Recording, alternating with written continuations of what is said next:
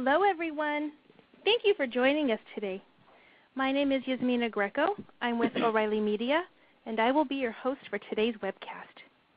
Today, folks, we have Lesa Snider presenting How to Retouch Images Like a Pro. Lesa is the author of numerous O'Reilly books, and her latest is Photoshop CS6, The Missing Manual. Lesa is an internationally acclaimed author and speaker. She is on a mission to teach the world to create better graphics.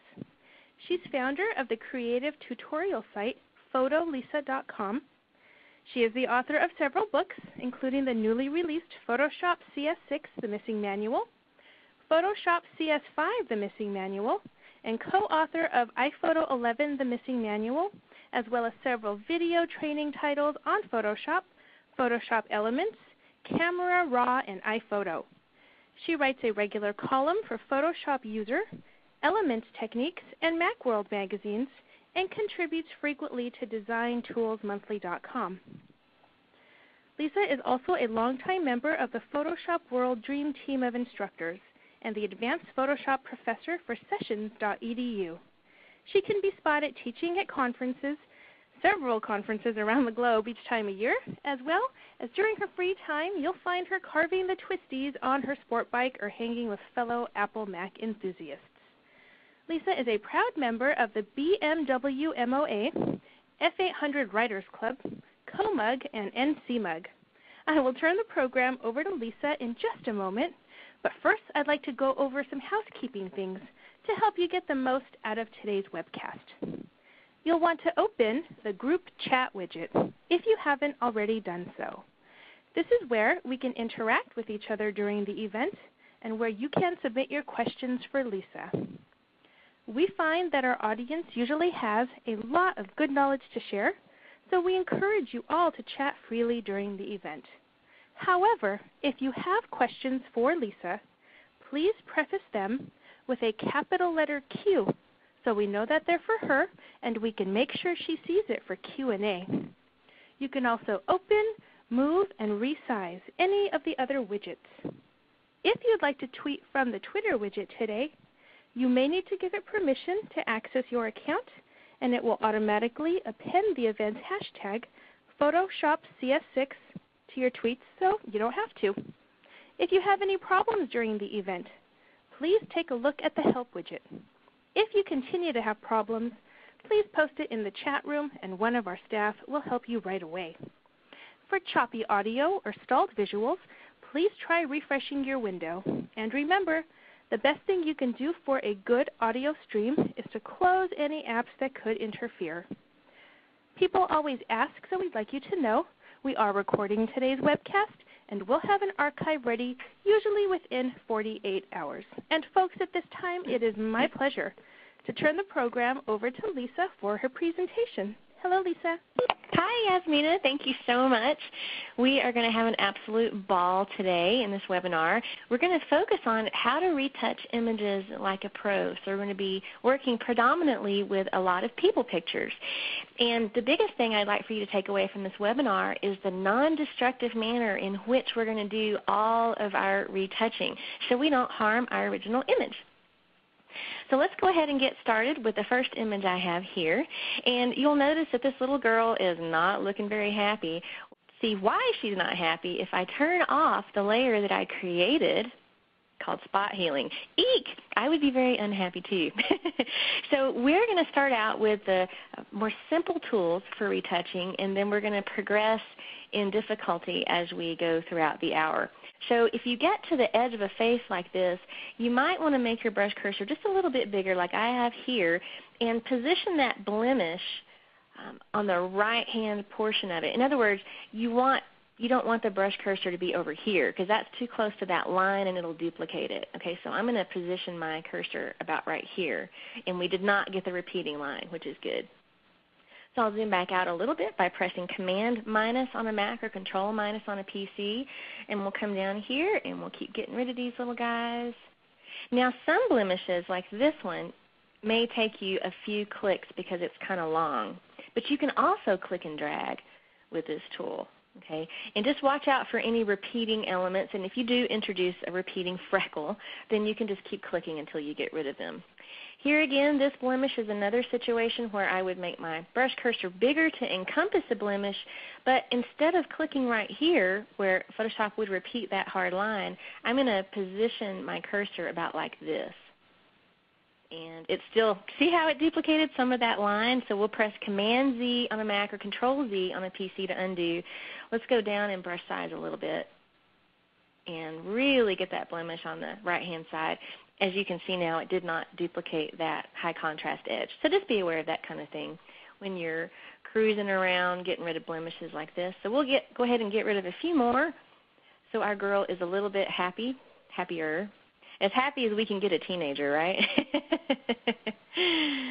So without, very much fuss or time, we can eradicate most of these blemishes. Okay, so here's our before, and here's our after. And the great thing about doing it on its own layer is that if you mess up, or heaven forbid, maybe you get rid of a mole that's a bit special to your client there, you can bring it back without having to start over.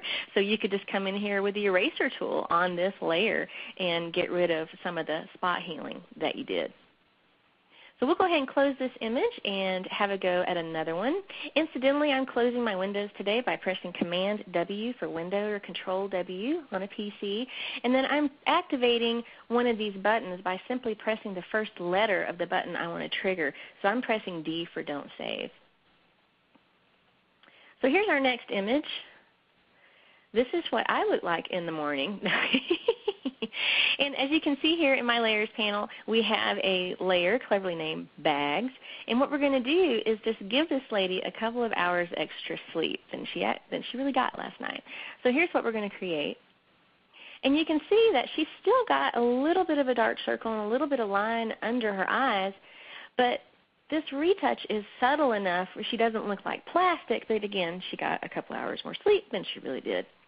So let's go ahead and turn off that layer.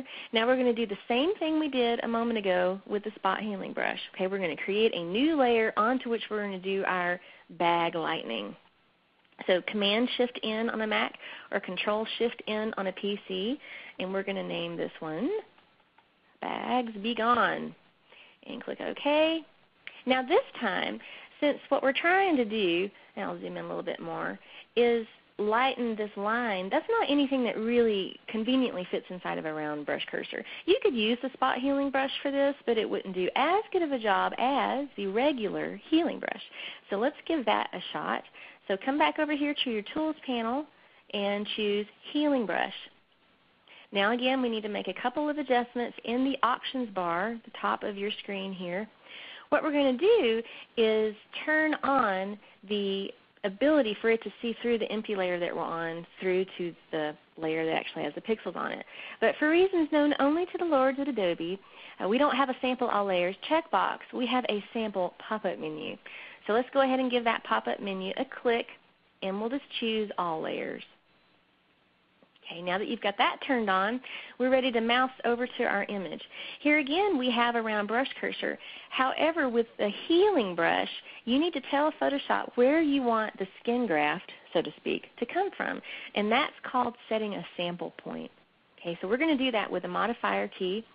So we're going to press and hold Option on a Mac or Alt on a PC, and when you do that, your cursor turns into a little target. So you're basically telling Photoshop where you want the skin graft to come from. Like a good plastic surgeon, you would not try to fix the area beneath her eyes with a skin graft of her chin or her neck or her knee, because the skin will not match in tone and texture. So you want to set a sample point as close to the area you're fixing as possible. So I'm going to set my sample point about right here. Option click or Alt click on a PC, then you can let go of that modifier key. Now let's mouse over to the area we're going to fix, and I'm not clicking on my mouse button yet, or I'm not holding down any special keys, and I'm seeing a preview of my sample area inside the brush cursor. So Photoshop gives you a little bit of a heads up about what this retouch might look like, but this is pre-blending, so don't let that throw you. So now let's click and drag across the area we want to fix. And depending upon the image you're working with, you may have to set more than one sample point to make this retouch look good.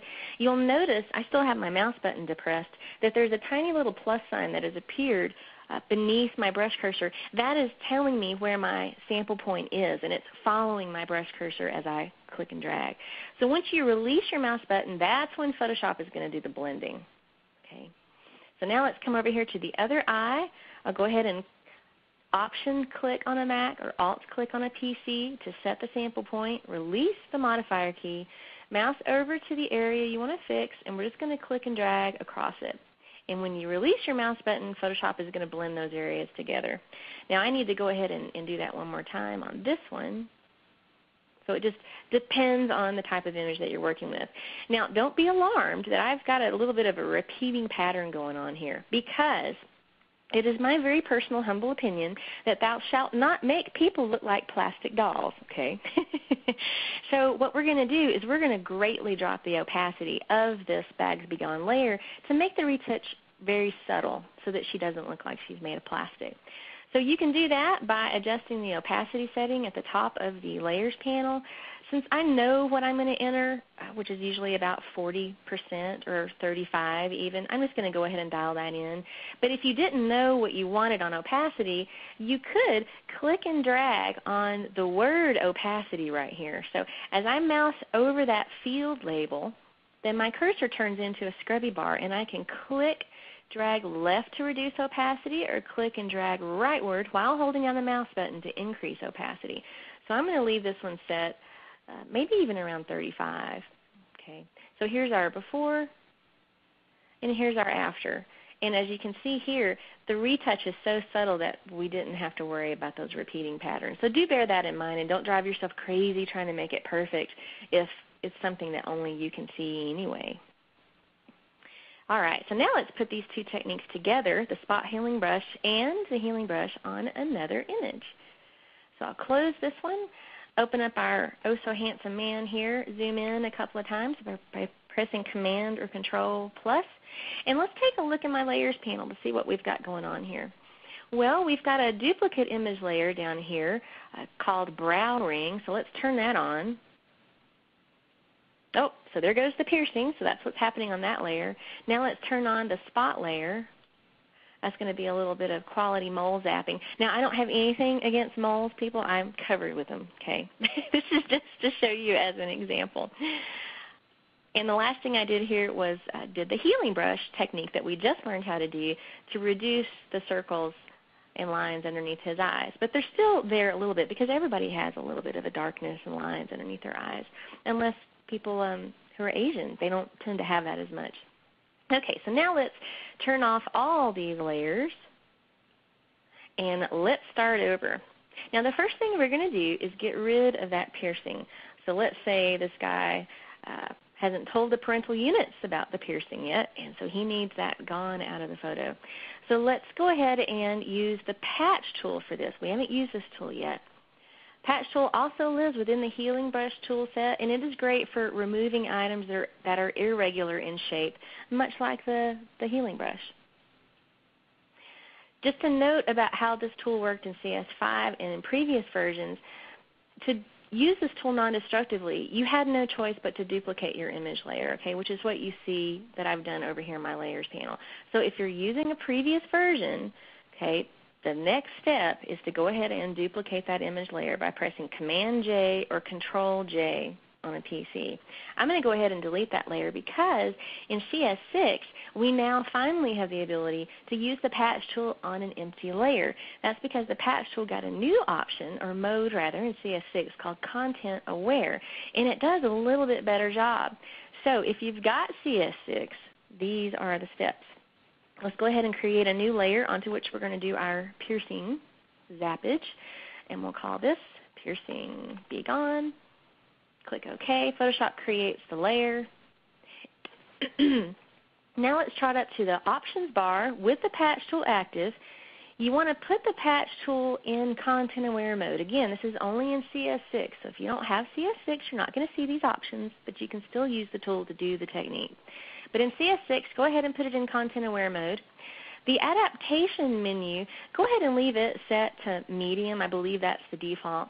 And all that does is let you tell Photoshop how much blending you want it to apply to make this patch look more realistic.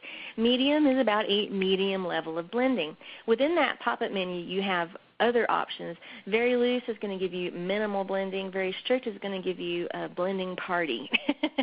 Or no, I got that backwards. Very strict is going to give you not very much blending at all. Very loose is going to give you a blending party.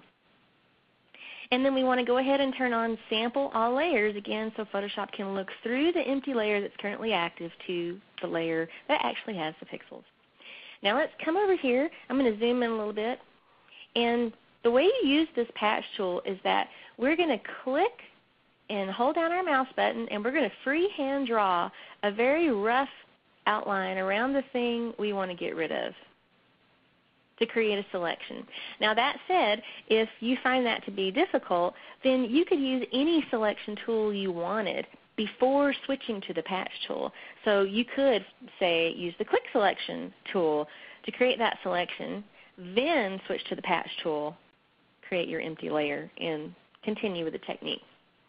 Once you have a selection, you're going to click within the marching ants, okay, and then you're going to drag that selection down to an area that is as close to the area that you're fixing so that we match in tone and texture. And then when you release the mouse button, Photoshop is going to blend those two areas together. Now I can get rid of my marching ants by choosing the Select menu and deselect, or by pressing Command D for deselect on a Mac or Control D on a PC. And Photoshop did a pretty good job of getting rid of that piercing. So let me go ahead and delete a couple of times and have another go at that just so you can see it. So all we did was we created a new layer, piercing be gone, switch to the patch tool, come up here to the options bar, put it in content aware mode, turn on Sample All Layers. And this one we might change the adaptation to strict so there's a little less blending. And it's just experimentation. There's no magic numbers, magic settings on this. So again, let's draw a rough selection around the thing we want to get rid of. And then click and drag within the selection down to an area of skin that is as close to the one you're fixing as possible. And then release your mouse button. And actually, medium adaptation worked better on that. And just for the sake of piercing CS5, I need to duplicate my layer in CS5. So this is how you would use it in CS5. So we can put the patch tool back in normal mode and see you don't have all those other options. So now let's do it one more time. And depending upon the image, one of these methods may work better than the other. Okay, so on that one, maybe putting the patch tool in normal mode might actually work better. But that's going to change depending upon what you've got going on in your image. So now that we've got the brow ring eradicated, and I don't have anything about piercing, so don't send me any nasty emails about that either. Now let's go ahead and get rid of some of his moles. Not all of them, because then it would cease to look like him, but let's get rid of a few of them. So let's go ahead and make a new layer. We'll call it Spot Healing. Now let's go grab our spot healing brush. Okay, so this is repeating what we did earlier. So again, we're going to trot up to the options bar, make sure proximity match is on, make sure sample all layers is on. You can also try the spot healing brush in content aware mode. Depending upon the blemishes you're trying to get rid of, that may work better. Okay, so again, we're making our brush cursor just a little bit bigger than our blemish that we're zapping. And again, if you're trying to zap a blemish that is near a line or near an area of high contrast, try not to let your brush cursor get close to it. Okay, so within just a couple of seconds here, we can get rid of the more distracting moles. And that's really all I'm trying to do here, is just make that not be the first thing you see when you look at this portrait.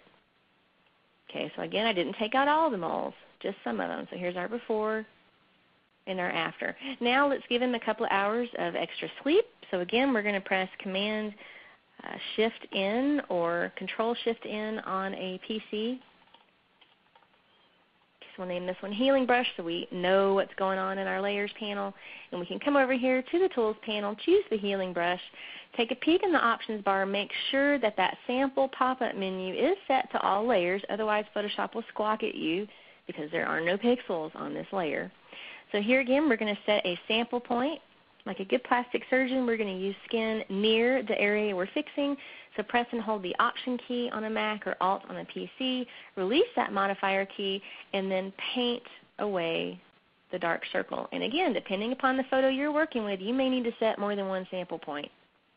Mouse over to the other eye, Option or Alt click to set a sample point as close to the skin that you're fixing as possible, and then when you release the mouse button, Photoshop is going to blend the areas together. Now I do have a repeating pattern here of freckles, but I can still fix that with the healing brush. I don't have to really switch to the spot healing brush. I can go down in brush size with my left bracket key, set a sample point, and fix those areas where I introduced a repeating pattern. Now here again, I'm going to greatly reduce the opacity of this retouch to keep him from looking plastic and fake. So with the healing brush layer active, let's trot up to the opacity setting, and we can use our scrubby bar, and let's go down to somewhere between 30 and 40%. Now here's a before, here's a after. See how subtle that retouch is? It makes a big difference. Learning how to do this stuff on especially portraits is going to make you the most popular photographer in your immediate circle of friends and family. But don't ever let people watch you do this, okay? It's disturbing to them. Fun for you, not for them. So you just don't want to let people see you retouching certain areas because that can harm their self-esteem a little bit. So that's how you can use all those different healing tools together. So we really made a big difference in this portrait. And again, we used the patch tool to get rid of the brow piercing. Then we got rid of some of the moles with the spot healing brush, and then we lightened his dark circles with the healing brush, all on separate layers, gloriously non-destructive. So let's close that image and let's open another one. Now this isn't a retouching people image, but I want to show you the power of the content-aware mode in the spot healing brush. So let us say that we took this beach photo and these people had the nerve to get in our photo. Well, we can zap them using the spot healing brush. But once again, in the interest of non-destructive editing, let's press Shift-Command-N or Shift-Control-N on the PC, and we're going to call this one People Be Gone. Now let's come over here to our Tools panel and activate the spot healing brush. Now this time, instead of proximity match, let's turn on content aware. Okay, now that's been around since CS5, so if you're running CS4, you're not going to see that radio button in the options bar.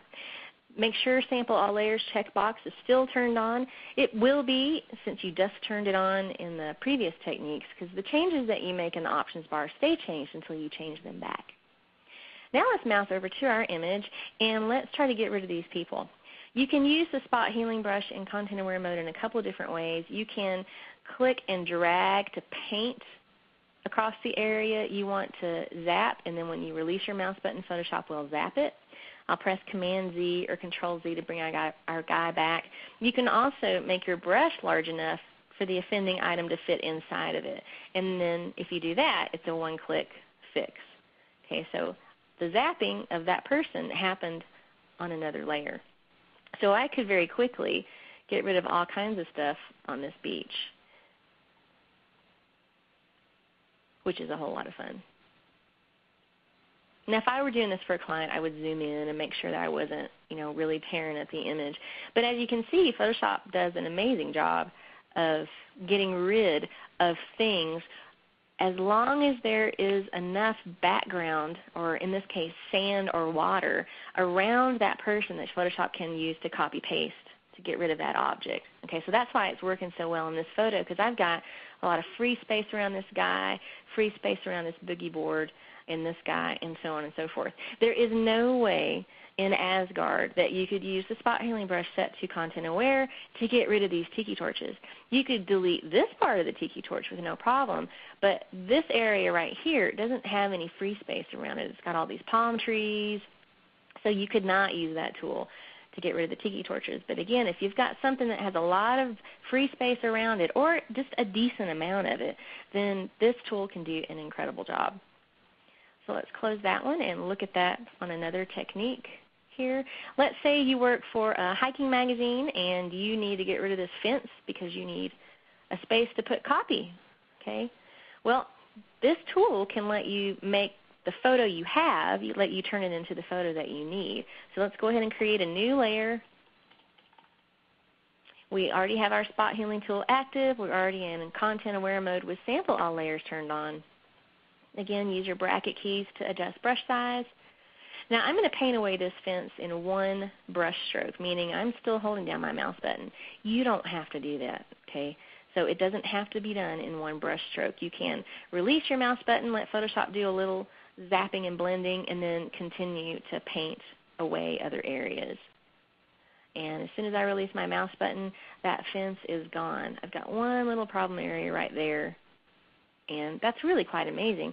So now when I turn on my copy, then readers can actually read it, which arguably is good when it comes to copy. You want them to read it. So that's another way that you can use the spot healing brush set to content aware. Let me show you one more image. So this is an image that I shot when I was teaching on one of the Macmania cruises out in the Mediterranean. We were in Santorini, Greece.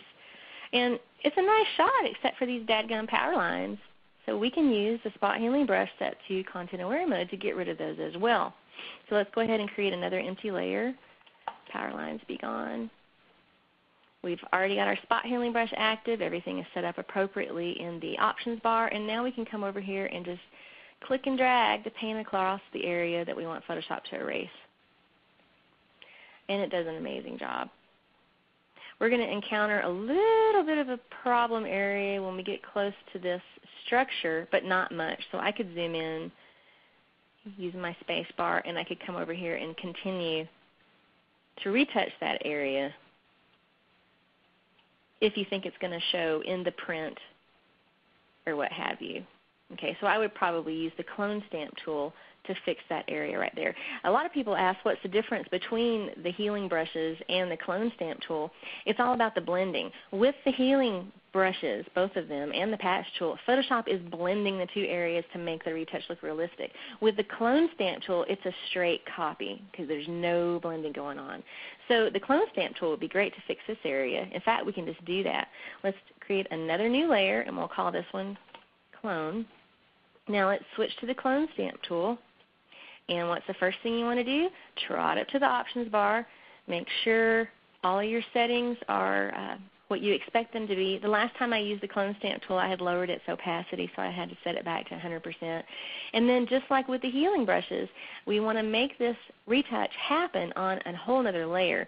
So we need to tell Photoshop that in the clone stamps options. So from the sample pop-up menu, choose all layers. And then you can come over here, increase brush size a little bit, and with the clone stamp tool, just like the brush tool, the healing brush tool rather, you do need to tell Photoshop where you want to copy from.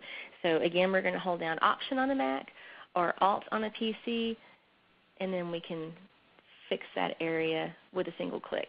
Okay, so clone stamp, no blending, healing tools, all kinds of blending. So now we've got a much better image without those offensive power lines. Go ahead and close that one. Scoot over here in Mini Bridge. Let's take a look at another way to get rid of an item. Let's say we had a copy to use on this photo and we need this cow to disappear. But because this cow is kind of close to this other cow, we're going to encounter problems if we try to use the spot healing brush on that. So what you can do instead is use the Edit Fill command set to content aware. This does require creating a selection first. But if you've got decent contrast between the item you want to select and its background, and we do in this case, the cow is got nice contrast from the grass, then we can use one of Photoshop's selection tools based on color. And that is the Quick Selection tool. So let's go ahead and first thing we're going to do is duplicate our image layer by pressing Command-J on a Mac or Control-J on a PC. And I remember that command by thinking of it as a jump. I'm jumping my layer content to a new layer. So with the new layer active, let's go ahead and create our selection. So we'll grab the quick selection tool, and I'll zoom in a little bit by pressing Command plus, and scoot over in our image by pressing and holding the space bar. I'm going to reduce my brush size by pressing the left bracket key. And you can either click and drag with this tool or click, doesn't matter. And I'm reducing my brush size greatly to select the cow's legs because the size of the area that Photoshop grabs with this tool is directly proportionate to the size of your brush cursor. In other words, if we had a big old honking brush like this, we would get this whole part of the image selected. Okay, we don't want that. So your brush size determines how big of a swath of pixels Photoshop is going to grab as you click or click and drag across them. Now we've got a fairly good selection, but if I zoom in, I can see that we don't have all of those little cow bangs. We don't have those in our selection. So an easy way to expand your selection uniformly, which will help us out in this situation, is by using the Select menu, going down to Modify, and then say Expand. Photoshop's going to ask you how far out from your original selection you would like to increase. Let's go ahead and say 10 pixels and click OK. And you can see how Photoshop just pops that selection out. That's just going to help Photoshop do a better job of pasting that grass in and making the retouch look real. So we'll zoom back out by pressing Command or Control minus. Now let's fill that selection. So let's try it to the Edit menu, choose Fill. Photoshop is going to ask you, what would you like to fill the selection with? So from the Use pop-up menu, you're going to choose Content Aware. Now this came along in CS5, so if you're running CS4, you're not going to have this command. So go ahead and choose Content Aware, leave everything else set as it is, and click OK. And when you do, Photoshop gets rid of that cow. And again, it worked so well because I had a pretty good swath of free background area around the cow, and I had the wherewithal to expand that selection, or else we would have ended up with a kind of a bizarre looking cow outline, ghost cow, if you will. So now I've got plenty of room for text. And if there's any areas that you need to fine tune, you can do that with the spot healing brush. So I see a little bit of a problem area right there and here. So very easily, using all the different tools in conjunction with each other, you can really make them work for you. So now we've got room for some silly text. Pork is good, pork is fine. Eat more pork all the time. Cowsforchange.com.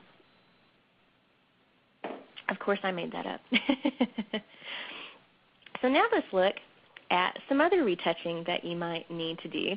This one was new in CS6, and here's our original image. Both soapbox erasers are dead even in the race, but using another tool in the healing brush tool set, we can scoot one of those guys ahead of the other one. So what we're going to do here is we are going to create a new layer onto which we're going to do our scooting. So we'll call it scooting. And we're going to come back over here to our healing brush tool set, and this time we're going to choose Content Aware Move. Once again, trot up to the options bar. You want to make sure that the mode menu is set to move, because it does have another mode which lets you extend or increase the size of an object. We're not going to do that in this webinar. So you want to choose Move from the mode menu. Here again, the adaptation menu lets you specify how much or how little blending is going on. And we're going to turn on Sample All Layers so that Photoshop looks through the empty layer down to the layer where the content lives. Now your job is to draw a rough selection around the thing you want to scoot. And I wish this tool was called Content Aware Scoot, because that's really all it's good for. You cannot move something from far left in your photo to far right. It's just never going to look real. But if you think of it as a scooting tool, then it can work quite well. Again, if you've got some free background area around the thing you're trying to move. And here again, you're not forced into freehand drawing this selection. Okay, you could use the Quick Selection tool to get a selection of the soapbox eraser and then switch to the Content Aware Move tool. Same with the patch tool.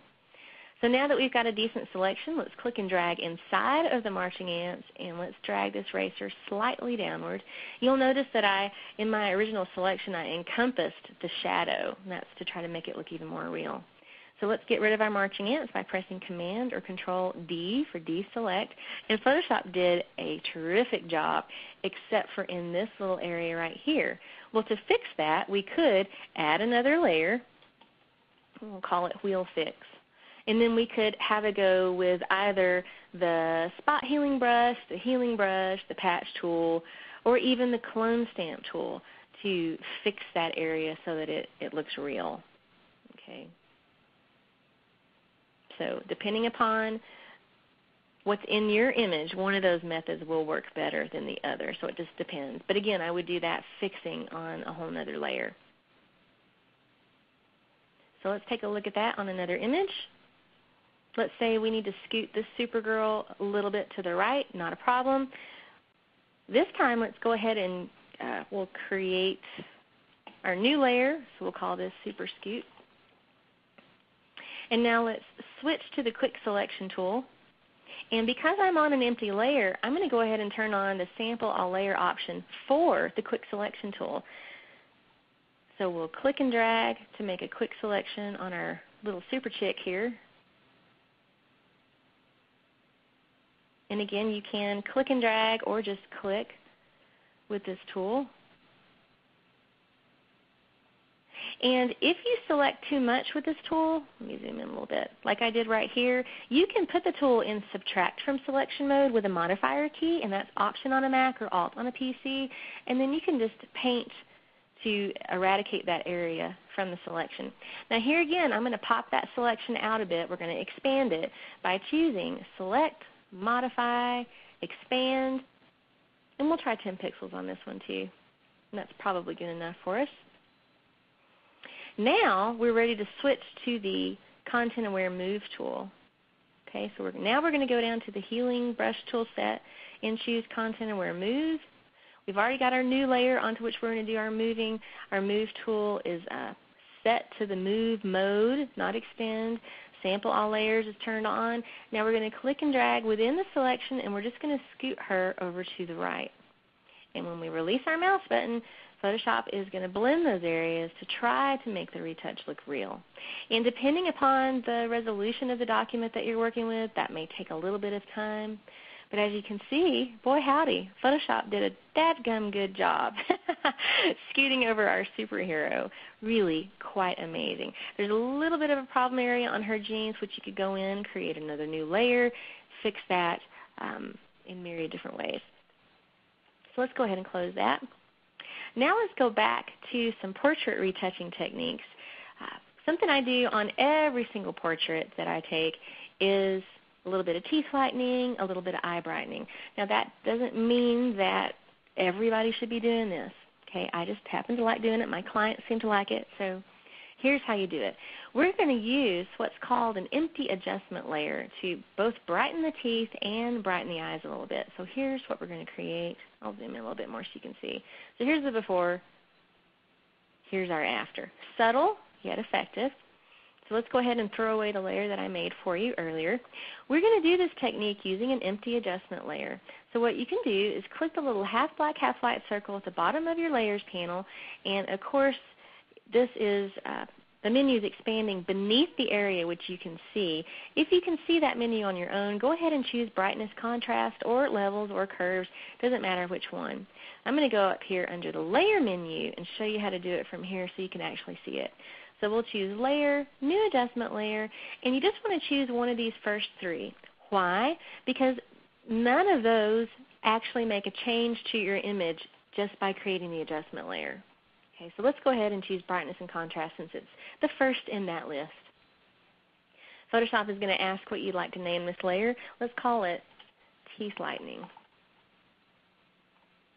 Okay, now we're going to go ahead and close this Properties panel that you see, or the Adjustments panel in previous versions of the program. And what we're going to do is change the blend mode of this layer to something in the lighten category, and that's going to cause our entire image to get really, really light. Then we're going to use the included layer mask to hide the lightening from everywhere except her teeth. So let's go ahead and change this empty adjustment layers blend mode by clicking the pop-up menu toward the top of the layers panel, and we're going to choose screen. Now an easy way to remember this is to think about what you're doing. Okay, I'm lightening teeth. Okay, find the word lighten and then choose the next blend mode down. And what that's going to do is that changes the way the color on this layer interacts with the color on this layer to produce an overall lighter, brighter image. Now what we can do is fill this layer mask with black. Layer masks are like digital masking tape. Okay? If you were to paint the walls in your bedroom, you would mask off the baseboard so that you don't get paint on them. Okay? So that's similar here in Photoshop.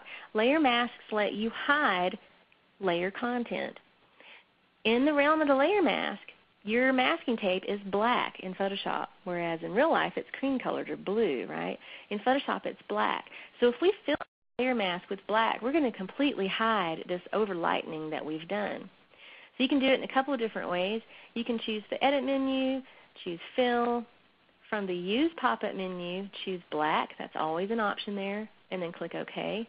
Or if you had black as your foreground color chip at the bottom of your Tools panel, you could simply use a keyboard shortcut, which is Option-Delete on a Mac or Alt-Backspace on a PC. Now we're going to use the regular old brush tool, this guy right here. You can activate it by pressing B. The regular brush tool set to paint with white. And what that's going to do is it's going to punch a hole through this lightening layer so you can see through to the image underneath. So we need to paint with white because in the realm of the layer mask, black conceals and white reveals. So if we paint with white, we're going to reveal this over lightening. So let's take a peek at our color chips at the bottom of our Tools panel. Let's press D to set them to the default of black and white, and then simply press the X key until white hops on top. Okay? So now you can come over here to the image and just paint across those teeth or whatever it is that needs a little selective lightening. And by saying selective, I mean lightening that you're willing to hand paint onto the image. Okay? So I hope you can see that what we just did was a heck of a lot quicker than trying to get a selection of the teeth and then remembering to feather the selection and then either using a hue saturation adjustment layer or myriad other ways to try to fix these teeth. This way, in my opinion, is the quickest. So now since that's a little bit too bright, we don't want alien white teeth, we're going to back off of the opacity quite a bit, maybe something around between 30 and 40%. So here's the before. And here's the after. Now if I want to lighten the eyes, I would do another empty layer because you might want to have a different opacity setting for teeth than you do for eyes. So since we've already got this layer all set up, let's just duplicate it by pressing Command-J on a Mac or Control-J on a PC. I'm going to double-click the layer name, and we're going to call this one Eye Lightening. Now we're going to bump the opacity all the way back up, and let's fill that layer mask with black again. Okay, so choose Edit, Fill. Black is already set. And it looks like I'm going to run out of phone battery here in a second, so I'm going to switch headsets real fast. So if y'all give me a half a second.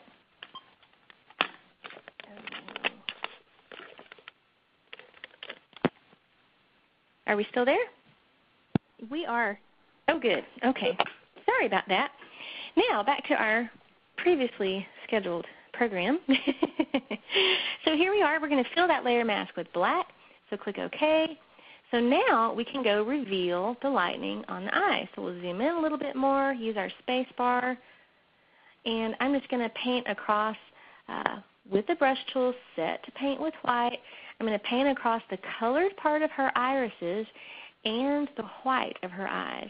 Now we're going to do this technique on another image where she's got, or another lady that's got a little bit bigger eyes. And if you mess up and you lighten too much, all you have to do is press the X key to flip-flop your color chips, and then you just paint across that area again. So this technique is incredibly forgiving. So here's our before, and here's our eyes, and we could go down in opacity to make that retouch look a little bit more realistic. So let's take a look at a before and after of everything that we did. Here's another handy keyboard shortcut for you. If you click the visibility eye on the layer that you want to see, the only one you want to see, if you option click it on a Mac or alt click it on a PC, Photoshop will turn off all the other layers. And then you can click it again to turn back on those other layers. So that's option click on a Mac or alt click on a PC, the visibility icon right here. So now let's take a look at this technique on another image. Here's our before. Here's our after. So we did the exact same thing. I'll go ahead and delete those layers. We chose layer, new adjustment layer, brightness contrast. We're not going to actually make a brightness contrast change. We're going to close the adjustments or properties panel. We're going to change the blend mode to screen. So the whole image is light. Now let's fill that layer mask with black by pressing Option Delete on a Mac or Alt Backspace on a PC with black as your foreground color chip. Now grab the brush tool, set to paint with white. So press X to flip-flop your color chips or click the curved arrow. And now let's come over here, zoom in a little bit more. And this time, let's reveal the lightening only on the iris of her eyes. You want to make sure not to paint over the dark rim of the iris because that's supposed to be dark. I find this technique on especially folks with brown eyes helps you see or helps you feel like you're seeing into their eyes a little bit more. So here's the before. And there's the after. It's really quite a beautiful effect. For this particular image, I might leave it set to 100% opacity, but if that's a little too strong for you, then you can always back off of it. So there's our before and there's our after. Now let's take a look at another way to do a little bit of selective lightening and darkening. So I'm going to zoom in a little bit here on our Cupid grandma. She is the cutest thing in the world. And I'm going to show you what we're going to create. This is definitely a more advanced technique. So if you're not quite ready for this in your Photoshop career, that's okay. But I want to show you what's possible. This is what we're going to create. So here's the after, and there's the before. You'll notice that what I've done is even out her skin tone. I have lightened some of the dark areas, the wrinkles, so on and so forth. And then I've also darkened the irises, the iris rim. Okay, as we get older, our eyes fade a little bit. So while we didn't make this lady look like she's, 50 years younger, which I wouldn't want to do, we did take about 5 to 10 years off of her age. So here's what we did. Over here in my layers panel, you see a layer filled with gray named Dodge and Burn. What I've done here is I have created a new layer. I'll go ahead and do that by pressing Shift Command N or Shift Control N on a PC, and we're going to name this Faux Dodge and Burn. From the Mode menu, we're going to choose Soft Light. Okay. Then we're going to turn on the Fill with Soft Light Neutral Color 50% gray. What this is going to do is it's going to let us use the regular old brush tool to simulate dodging and burning. The dodge and burn tools in Photoshop are pretty destructive, so this is a softer way to create this effect. So we'll go ahead and click OK. Yeah, I did that right. Go ahead and click OK. Now we've got our Faux Dodge and Burn layer active. Now what we need to do is, with the regular brush tool, okay, the one we just used in the last technique, if we want to lighten an area like these wrinkles, we're going to paint with white. If we want to darken an area like this part where her skin looks really thin and it's light, then we're going to paint with black. Okay, so you can think of that as lightening, paint with white, darkening, paint with black. And then what we're going to do with the brush tool is we're going to greatly reduce the opacity of which we're laying down paint so that we can do this lightening and darkening in a building manner, okay, with multiple brush strokes to continue to lighten or darken. Okay, so I like to reduce the brush opacity to somewhere between 10 and 20%. That's just, whatever you'd like to do. I'm going to set it at 15. Now we'll come over here, and with white as my foreground color chip, I can begin to lighten these areas. Because if you think about it, wrinkles, what's a wrinkle? It's merely a shadow, right? It's a dark area. So as I paint continually across this one dark area, I am lightening it a little bit at a time. Okay? So you can see the reason you'd want to lower that opacity is because if the brush was set to 100%, we would be doing way too much lightening just with one stroke, and it would be difficult to get out of. So you can just continue to paint across the areas that are darker. And I won't do the whole image, but you guys can get the idea here. So I'm doing my lightening, coming over here, trying to make my brush the size of the shadow area that I'm lightening. And this is another way to reduce wrinkles instead of using the healing brush. We could do the healing brush and try to get rid of some of these wrinkles, but it wouldn't really work so well because we've got wrinkles everywhere. And again, wrinkles are fabulous. I've got them. They are natural, so I'm not by any means trying to advocate complete wrinkle removal. Okay, so now let's take a look at our before and our after. So there's the before, there's the after. See how subtle that is? It's so nice. I really love it. So now let's take a look at burning. So we're going to darken. So let's flip-flop our color tips by pressing X so that black is on top, or you can press the curved arrow. And now we can come over to our image, and I'm going to darken the irises a little bit, the edge of the iris rim, because like I said earlier, they fade as we get older. And this is just going to bring a little bit of vibrance back to her eyes. Okay, zoom back out and a little bit. Now let's greatly increase our brush size and let's darken this area of her skin just a little bit. See how as I'm painting, it's very subtle darkening? This is the great way to get rid of shiny spots, hot spots. You could use this lightening technique on double chins, paint with white. Faux dodge and burn gets rid of a double chin without actually restructuring the pixels of the person's neck. Okay, so here's our before and our after. A big difference here. I might also darken her lips just a touch, give her a little bit more lipstick. So let's take a look at that same technique on another photo here. Here's our before. Here's our after. So once again, Shift Command N on the Mac, Shift Control N on the PC. If you'd like, you can create a layer separately for dodging and a separate one for burning, just depending. But in the interest of time, we'll do them both on one. And from the Mode pop-up menu, go ahead and set it to Soft Light. And then turn on the Fill with Soft Light Neutral Color and click OK. Now grab the regular brush tool, set to paint with black for darkening or white for lightening.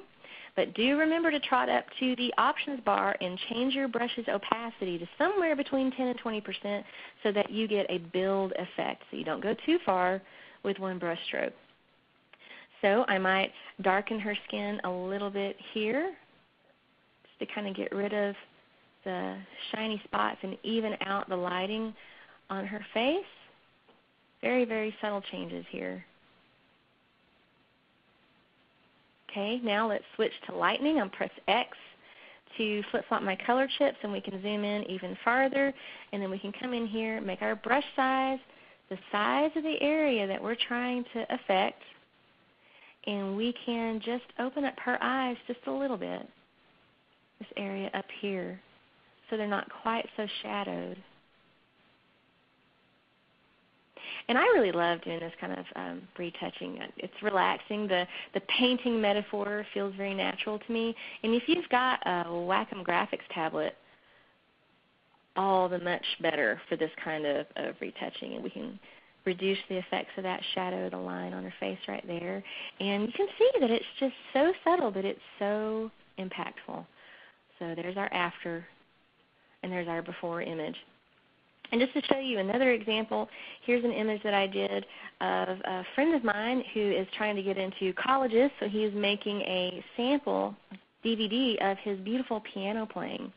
So I rooted around for a picture of him that we're going to use on the DVD cover that we'll send to the colleges that he's trying to get into. And you can see in my layers panel over here, I have performed everything that we've looked at in this webinar today.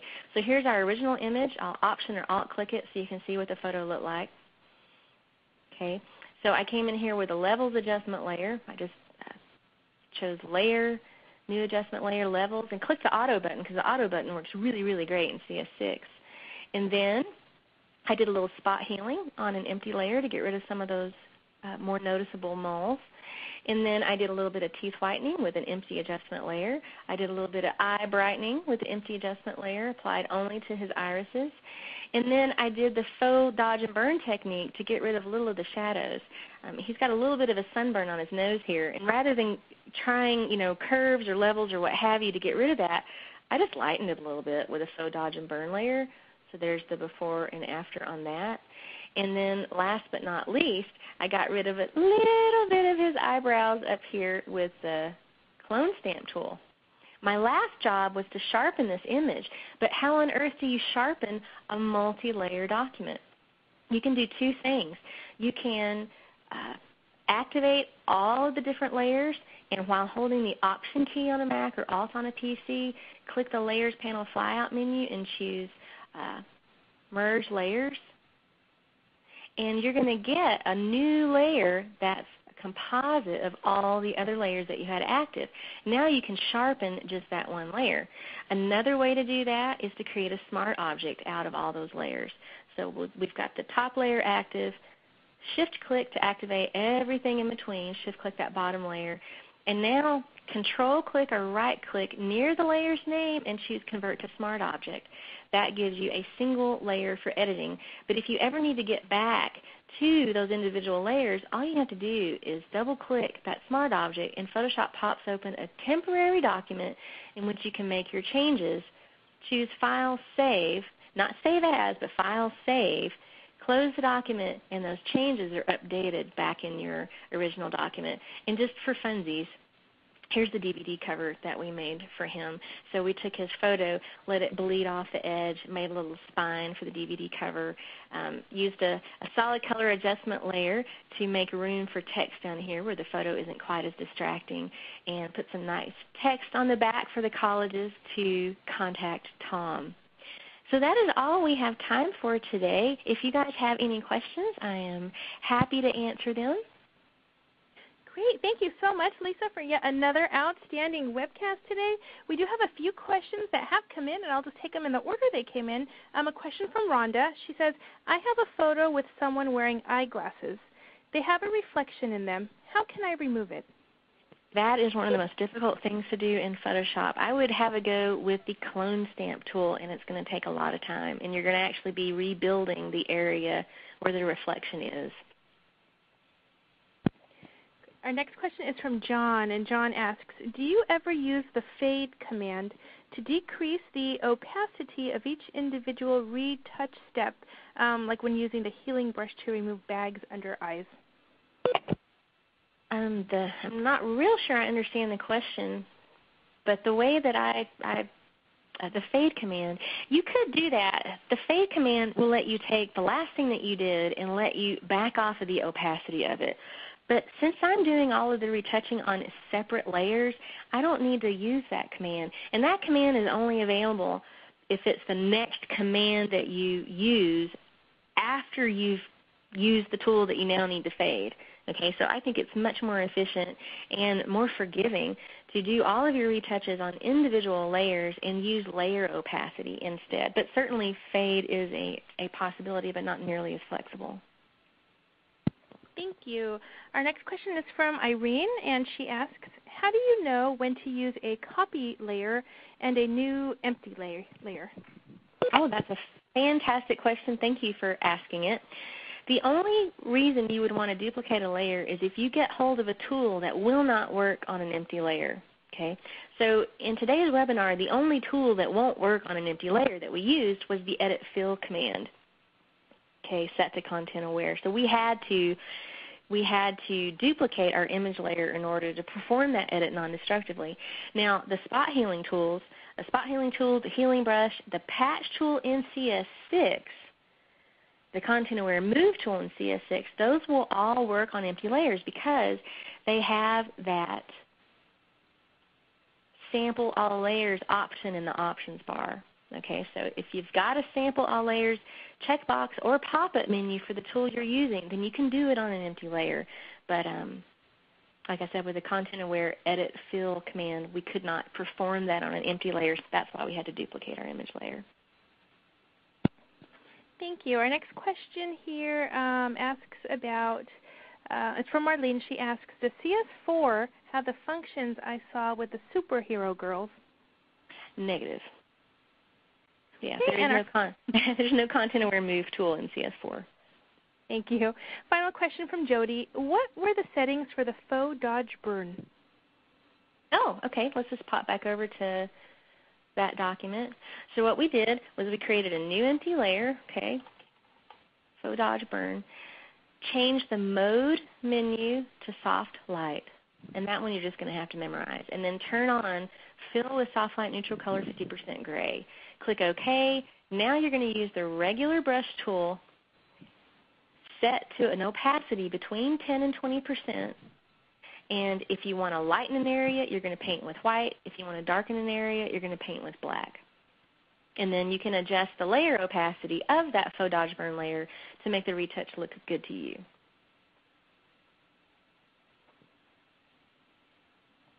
Perfect. I'm not seeing any additional questions. I'm just looking at the chat coming in from the audience, Lesa. Many people are saying thank you so much for a great webcast. They really appreciate all the techniques, and a lot of people comment that they are in awe. Aw, great. Well, I hope you guys will keep up with me on my website, photolesa.com. It's Lesa. I've got a slew of free workshops coming up in November for Creative Live. Again, I'm going to be teaching on November 19th, 20th, and 21st.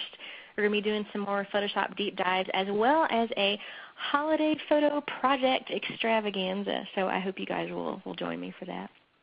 Perfect. Lesa, thank you so much for yet another fabulous webcast, for sharing all your knowledge and expertise with us. Folks that attended, we thank you for attending and hope you benefited from the event. We did push out to you all in your group chat a code to save you some money today and to say thank you for attending the webcast. The code will save you some money on Lesa's book, her new Photoshop CS6, the Missing Manual book. So if you like what you saw today, you can just imagine how much more is in that book. So please do take a look at it, and we're sure that you're going to love it. Lesa will be doing another webcast for O'Reilly on November 6th. So please keep an eye out on your email for details on how to register for that. And again, we pushed out a little information on photolesa.com, Lesa's website. So lots of good things there she told you. Again, we thank you, Lesa. Thank you, everyone. This will conclude today's webcast. Goodbye, everyone. Thanks,